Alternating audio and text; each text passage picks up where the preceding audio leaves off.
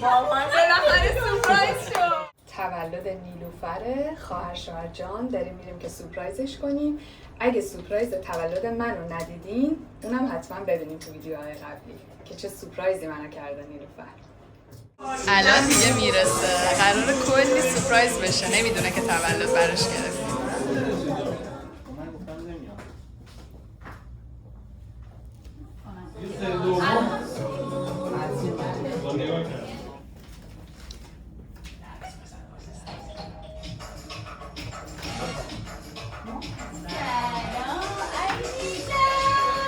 تولدتون مبارک.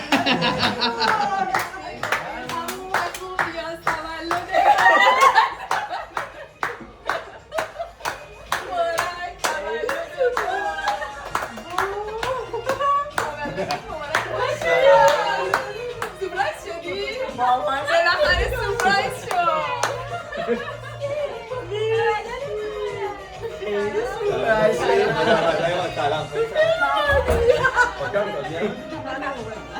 آرزو تو بکن پوش کن که این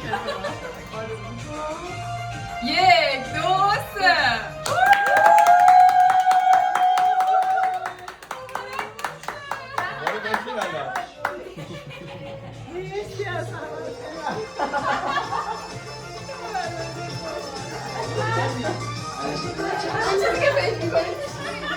آخه دست درد نکنه. وای چقدر خوشگله، مبارک باشه.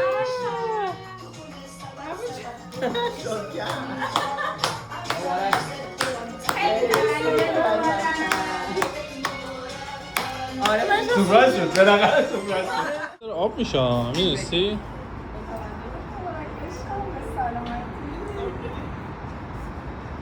آب چیز میشه، آب میشه. آقا داریم منو میسوزونی من. تولد مبارک باشه. خداحافظ. همه این لحظات ثبت شد.